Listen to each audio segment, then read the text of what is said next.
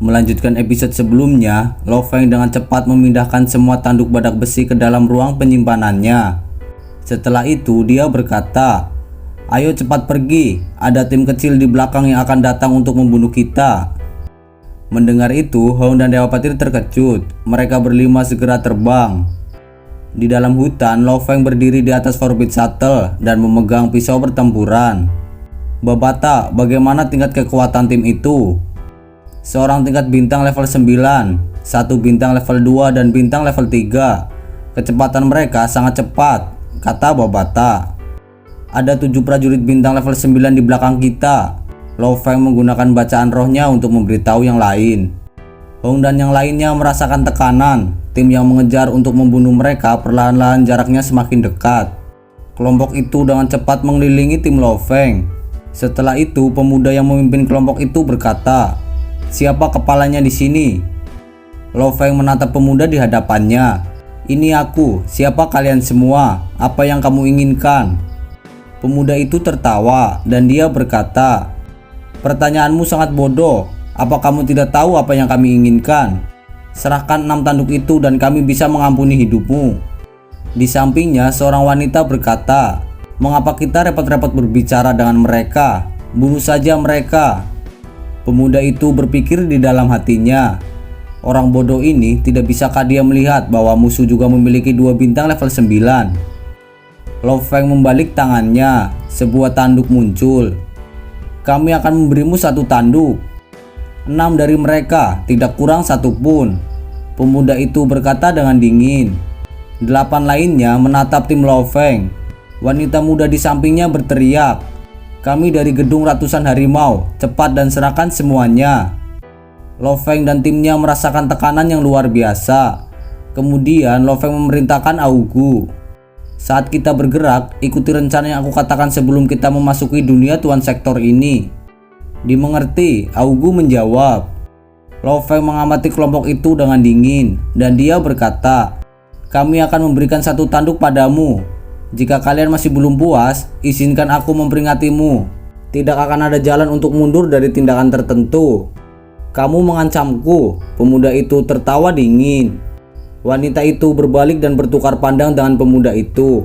Keduanya hampir secara bersamaan mundur. Tiba-tiba suara gemuruh terdengar. 6 lainnya meledak bersama, kecuali seorang bintang level 9 yang melindungi mereka berdua. Augu yang berdiri di samping Lo Feng menatap dengan dingin. Sebuah pecahan biru muncul entah dari mana. Ini adalah serpian esensi tembaga hibrida yang baru disamarkan. Hanya ujung tajamnya yang tidak tertutup. Ini adalah langkah terakhir Lo Feng membiarkan budak pembaca roh terkuatnya Augu menggunakan pecahan esensi tembaga hibrida. Dengan ketajaman dan kendali Augu, bahkan level semesta pun akan terluka. Bila pisau biru menjadi seberkas cahaya, terbang ke arah musuh bintang level 9 yang mendekat. "Tuan, hati-hati, ini serangan pembaca roh." Augu yang telah melepaskan energi rohnya memperingatkan. Dia menggunakan setengah dari energi rohnya untuk mengendalikan esensi tembaga hibrida dan setengah lainnya untuk pertahanan, dan dia telah memblokir 3 serangan roh dari musuh. Bila pisau biru dengan mudah terbang melewati prajurit bintang level 9 dengan kecepatan dan ketajaman yang tidak masuk akal, semua pembaca roh musuh kehilangan kepalanya. "Itu tidak mungkin." Pasangan itu menyaksikan pertempuran dengan ekspresi terkejut. "Melarikan diri." Pemuda itu memberi perintah kepada bawahan di sampingnya. Bawahan itu dengan cepat mengambil pemuda dan wanita itu. "Tinggalkan dia cepat." Pemuda memberi perintah. Pengawal hanya membawa pemuda itu, menginjak senjata roh dan dengan cepat menjadi seberkas cahaya saat dia melarikan diri. "Tunggu aku." Wajah wanita muda itu menunjukkan kekalahan. Dia menoleh melihat cahaya biru yang telah membunuh 6 prajurit bintang level 9 yang terbang ke arahnya. Wanita muda itu panik, seketika kepalanya meledak terbuka. Dalam sekejap mata, 6 prajurit bintang level 9 termasuk wanita itu semuanya terbunuh. Dan pemuda Cao Yu dan pengawalnya telah lolos dari pandangan. "Berhenti mengejar," kata Lo Feng. "Dimengerti," Augu dan Tianan berkata dengan hormat. Lo Feng segera memasukkan esensi tembaga hibrida kembali ke ruang penyimpanannya. "Babata, apakah tidak apa-apa jika kita membiarkan mereka kabur?" Lalu Babata menjawab, "Tidak masalah, mereka tidak memiliki petunjuk tentang identitasmu." Setelah itu, Lo Feng dan yang lainnya dengan cepat membersihkan sisa-sisa pertempuran. Kemudian kelompok itu dengan cepat meninggalkan tempat pertempuran 1000 mil jauhnya di bawah gunung sebelum berhenti. Langkah selanjutnya kita harus mencari batu penjuru angin. Lo Feng memandang yang lainnya. Kemudian Hong melihat layar di lengannya dan dia berkata, batu penjuru angin hanya dapat ditemukan di lembah angin dan petir. Dari sini ke lembah angin dan petir jaraknya lebih dari 300.000 km. Bahkan jika semuanya berjalan lancar, masih perlu waktu sekitar 1 bulan untuk mencapainya. Ini adalah pelatihan, pengalaman, dan eliminasi. Lo Feng menggelengkan kepalanya. Hong mengangguk dan dia berkata, dari tempat kita berada sekarang, ada 3 jalan untuk menuju inti dunia Tuan Sektor. Semuanya lihat, mana yang harus kita ambil. Dewa Petir melihat peta di layar. Ketiga rute ini semuanya sangat berbahaya. Setelah itu, Lo Feng berkata, rute pertama memiliki banyak wilayah binatang buas. Tentu saja ancamannya lebih rendah dibandingkan dengan 2 rute lainnya. Baiklah, rute pertama. Hong mengangguk. Kalau begitu, ayo kita berangkat sekarang, kata Dewa Petir. Lo Feng dan kelompoknya mulai bergegas melalui perjalanan panjang mereka di dunia Tuan Sektor. Mereka tidak berani terbang di udara, karena itu hanya akan menarik semua binatang buas. Dunia Tuan Sektor adalah surga sekaligus neraka. Di tempat lain, Chong Yu membawa pedang tempurnya yang besar. Dia sangat terkejut dan marah. Ini adalah pertama kalinya dia memasuki dunia Tuan Sektor. Chong Yu perlahan menjadi tenang melihat pengawal di sampingnya. Kalian berjaga di sini, aku akan memasuki jaringan alam semesta virtual. Pengawal itu dengan hormat menuruti. Di dalam jaringan alam semesta virtual, seorang pria gemuk dengan 2 tanduk di kepalanya berbaring di kursi. Sebuah pesan muncul di layar. Pria gendut itu melihatnya, namun setelah beberapa saat dia sangat terkejut. Tim ke-8 sebenarnya hanya memiliki 2 orang yang masih hidup, dan mereka telah kehilangan elit kedua. Pria gemuk itu dengan cepat mengirimkan permintaan pesan ke 7 anggota tim lainnya. 36 hari telah berlalu sejak Lo Feng pertama kali memasuki dunia petir. Lo Feng berbicara melalui kekuatan spiritualnya. Ayo pergi, kita akan maju 3000 km lagi dan kemudian beristirahat. Setelah hampir 4 jam kemudian, mereka berlima berhenti pada saat bersamaan. Setelah itu, Lo Feng berkata, Tienan dan Augu, kalian berdua berjaga-jaga secara bergiliran. Saudaraku dan aku akan istirahat terlebih dahulu. Keduanya menjawab dengan hormat. Dewa Petir pun tersenyum. Kita beruntung hari ini tidak menemukan banyak bahaya. Sekarang kita akhirnya bisa istirahat. Lalu Hong berkata, gunakan waktumu dengan bijak dan latihlah. Hanya sedikit kesempatan untuk berlatih di dunia petir. Lo Feng dan Dewa Petir tidak berbicara lagi dan kemudian menutup mata mereka untuk berlatih. Di dalam ruang virtual pribadi Lo Feng, di atas gunung besar yang memasuki awan, Lo Feng muncul dengan jubah putih. Di sampingnya adalah kastil merah yang didirikan di puncak gunung. Lo Feng langsung memasuki kastil. Di bawah bimbingan beberapa wanita cantik, dia memasuki ruang pelatihan. Keempat sisi ruangan pelatihan adalah rak buku. Ini semua adalah manual pelatihan dari planet Yunmo. Lo Feng langsung mengeluarkan buku emas segel jiwa bagian kedua. Dalam jubah hitamnya, iblis Babata memanggil. Babata, ada apa? Lo Feng memandang Babata dengan ekspresi bingung di wajahnya. Apakah kamu sudah menyelesaikan dasar-dasar segel jiwa? Kata Babata dengan kaget. Master planet Yunmo pernah berkata, metode segel jiwa adalah teknik paling penting dalam pelatihan planet Yunmo, dan juga merupakan alasan terbesarku. Huyan Bo naik ke tabuk kekuasaan dan kamu tidak boleh bersantai-santai saat melatih menara kekosongan. Jika dahulu dia bisa menyelesaikan menara Void saat itu, dia tidak akan mati. Babata, apa yang kamu katakan? Lo Feng sangat kaget. Kamu telah memenuhi semua persyaratan di segel jiwa bagian 1, kata Babata. Apakah itu benar? Kata Lo Feng. Kemudian Babata menjelaskan, jiwa yang dipelihara oleh binatang bertanduk emas sangat kuat. Lo Feng, mulai sekarang kamu bisa berlatih segel jiwa 10.000 pedang di segel jiwa bagian kedua. Ini adalah segel jiwa yang paling dasar. Setelah kamu mempelajarinya, kamu akan memiliki kualifikasi untuk membentuk segel budak. Lo Feng mulai bersemangat setelah mendengarnya. Dia membalik-balik buku itu. Babata, ada begitu banyak teknik berbeda di sini, jadi mengapa harus mempelajari yang ini? Kemudian Babata menjawab, bodoh, berfokus pada satu hal selalu memberikan hasil yang lebih baik. 10.000 pedang segel jiwa mampu mengubah segel jiwa menjadi pisau dan langsung menyerang jiwa. Itu bisa membuat musuh merasa kepala mereka akan terbelah. Lo Feng langsung mempelajarinya, dia sangat menantikan teknik ini. Tenggelam dalam pelatihan, waktu berlalu dengan cepat. Setelah itu Babata berkata, Lo Feng, sekarang sudah pagi. Hong dan Dewa Petir telah menghentikan pelatihan mereka. Kemudian Lo Feng tersenyum saat membuka matanya. Dia setidaknya memiliki pemahaman tentang logika di balik teknik 10.000 pedang segel jiwa. Babata, aku pergi. Lo Feng meletakkan kembali buku itu ke rak. Aku mengingatkanmu, jumlah waktu sebelum pasukan keluarga Nulansan tiba di bumi adalah 2 tahun 4 bulan lagi. Babata berteriak di pikirannya. Kemudian Lo Feng berkata, apa yang harus kita lakukan? Jika pasukan keluarga Nulansan mengirim prajurit semesta level 6 atau 7, bagaimana aku akan menghadapinya? Jika Lo Feng mengetahui bahwa kali ini keluarga Nulansan telah mengirim 2 prajurit tingkat alam semesta yang kuat, tekanan yang akan dia rasakan akan sangat meningkat.